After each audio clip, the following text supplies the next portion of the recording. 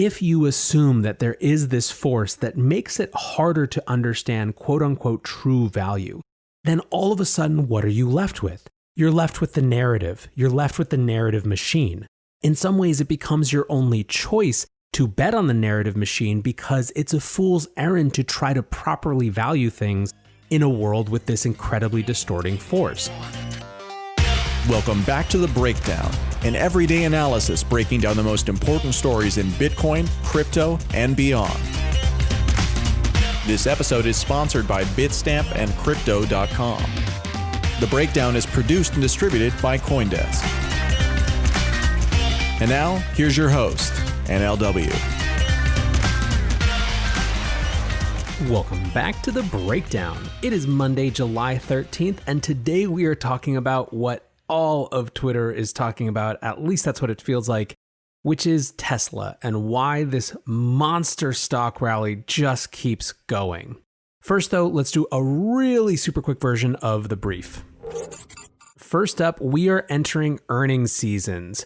This is the week that Wall Street starts providing guidance on earnings from quarter two. Well, at least some of Wall Street. Others have said that because of the insanity of coronavirus, they won't actually be giving guidance, which is obviously very out of the norm.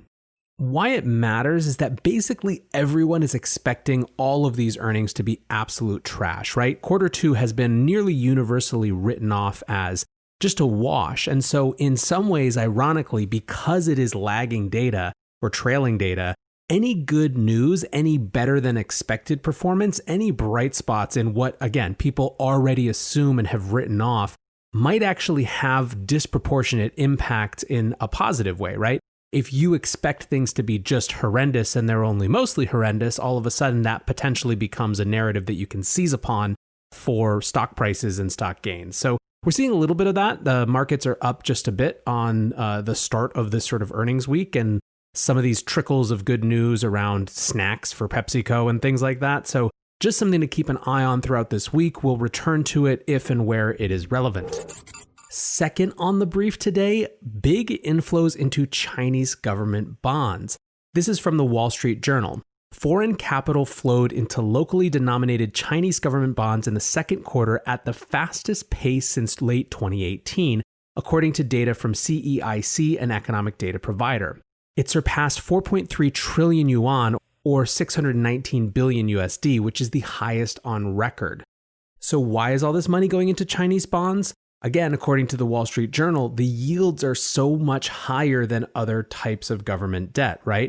Chinese yields are effectively at 3.118% for the 10-year bond, compared to 0.597% in the US, 0.023% in Japan, and minus 5.15% in Germany. So just from a pure dollars and cents perspective, it's just a better opportunity.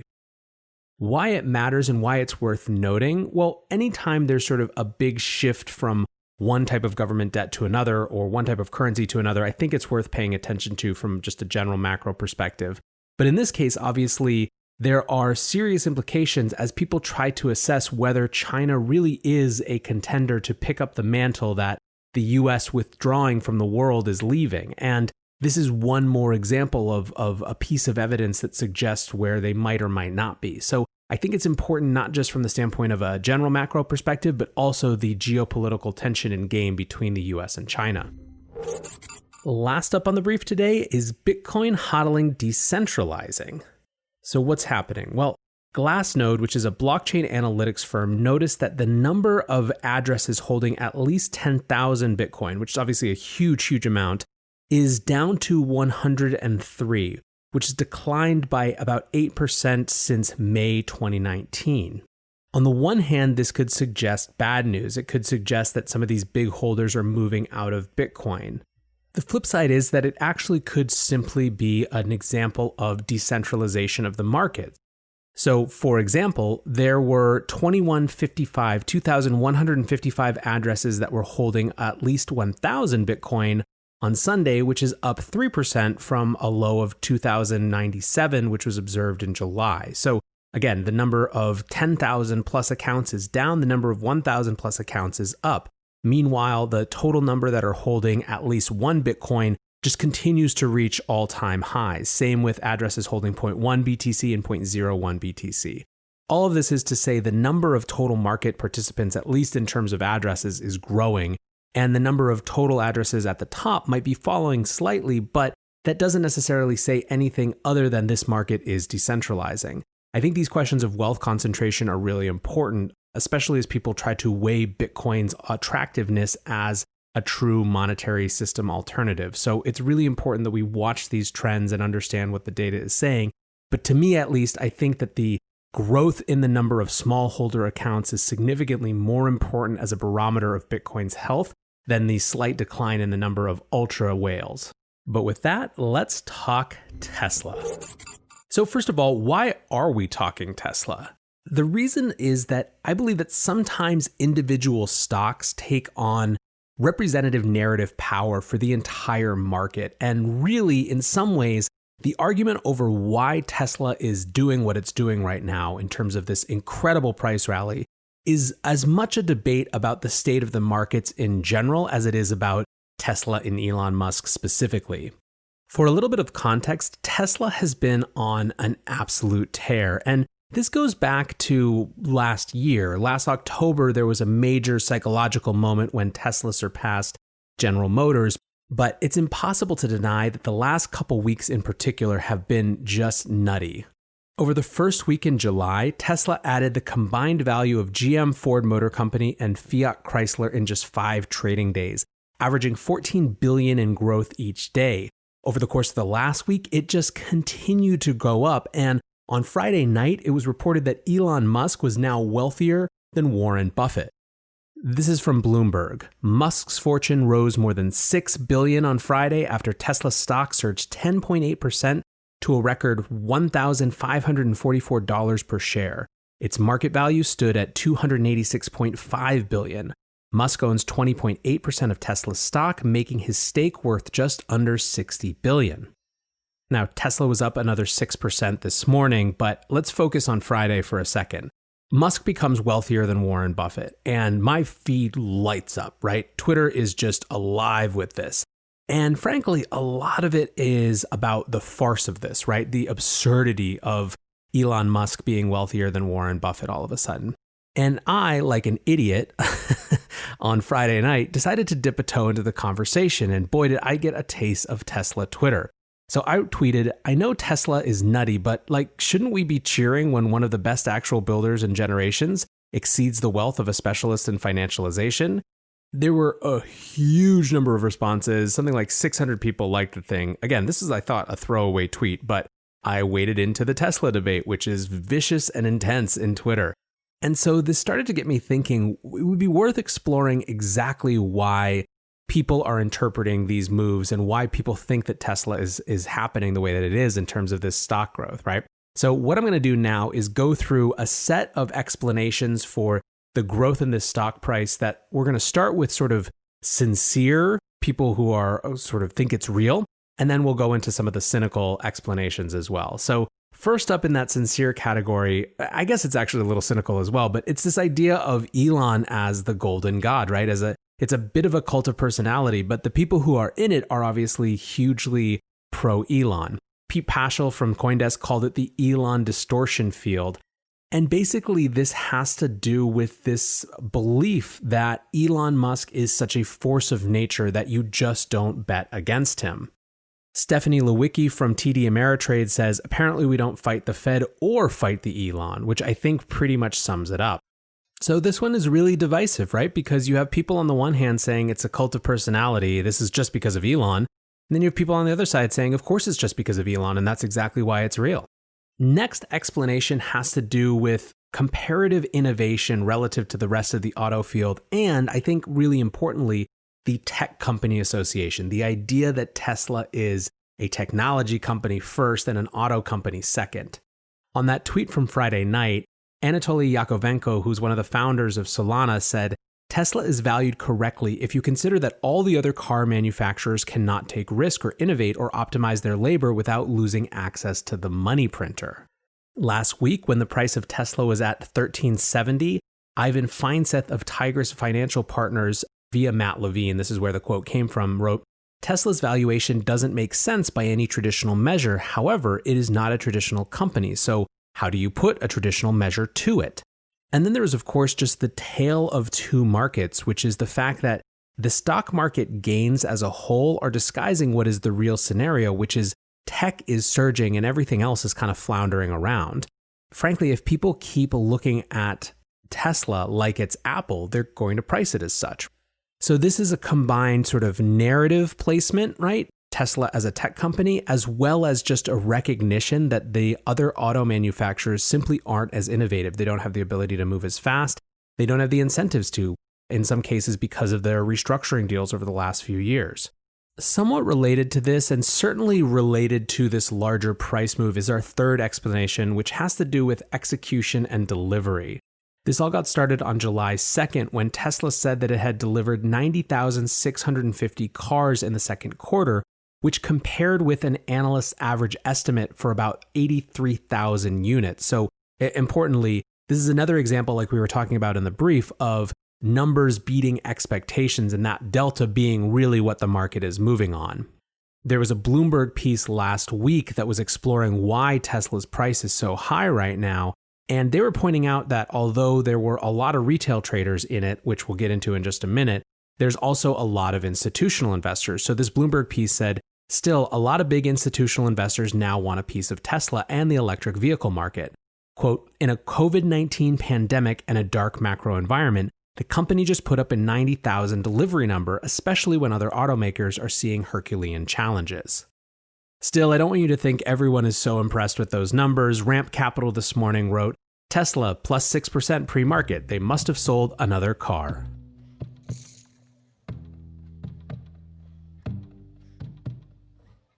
Bitstamp is the original global cryptocurrency exchange. Since 2011, Bitstamp has been the preferred exchange for serious traders and investors. Trusted by over 4 million customers, including top financial institutions. Bitstamp is built on professional-grade trading technology. Their platform is powered by a NASDAQ matching engine, and their APIs are recognized as the best in the industry.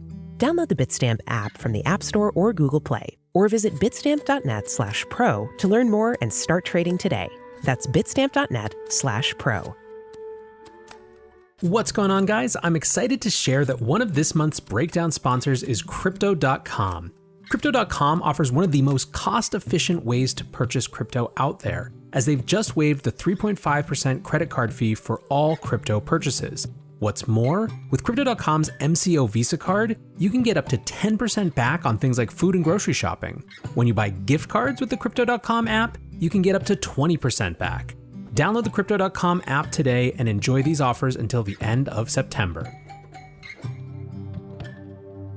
All right, we've been through the power of Elon, the association with a tech company and the capacity for innovation, and then their recent execution/delivery.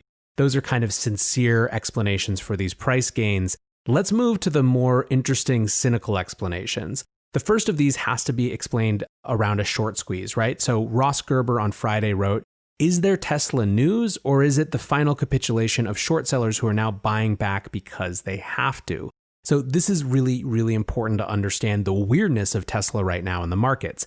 In addition to this incredibly fast-growing movement, right, where it's sweeping up and sweeping away huge parts of the rest of the auto industry when it comes to comparative valuation, it is also the most bet against company in history. There's 20 billion in short selling against it right now.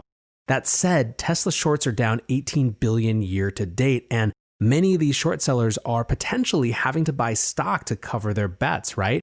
And that is hugely problematic for them, and it potentially has the sort of short squeeze effect of driving the price up because it creates another area of demand. Mike McDonald tweeted and really captured this. He said, I've been shorting Tesla for only a day and my water has already been cut off. I have a hard time buying that a short squeeze could explain this entire movement, but it certainly seems like it might be part of it. Here's another cynical explanation, and you, I'm sure, were predicting this one. The Robinhood traders, right? The day traders, the day trader effect. Obviously, there's a lot of these folks who are Elon stans, and a lot of these folks who, for them, they see the stocks only go up thing in Tesla as, well, Tesla is the greatest example of stocks only go up. Now, interestingly, there is not that much discussion of Tesla on things like Wall Street bets. It's definitely there, but it's certainly not like the biggest thing that they're championing. So I think that people are potentially using Robinhood to explain away anything they don't like and anything that doesn't really make sense to them from a traditional perspective. I think that this is actually consistent, though, with how Wall Street is trying to deal with this new retail influx right now. Emily Stewart wrote an article for Vox last week that goes into the Robinhood effect, and she adds this really important dimension, I think, which is why shouldn't people like these retail traders be able to make big bets and gamble when Wall Street already has been able to, right? Isn't there something about Wall Street's disinclination towards these traders that's just sort of exclusionary and they don't like their territory being infringed upon? So I want to quote a pretty significant paragraph from this piece. She said, "Yes, most speculators and day traders lose money, but the pros don't do infinitely better. Hedge funds and professional stock pickers consistently underperform the S&P 500.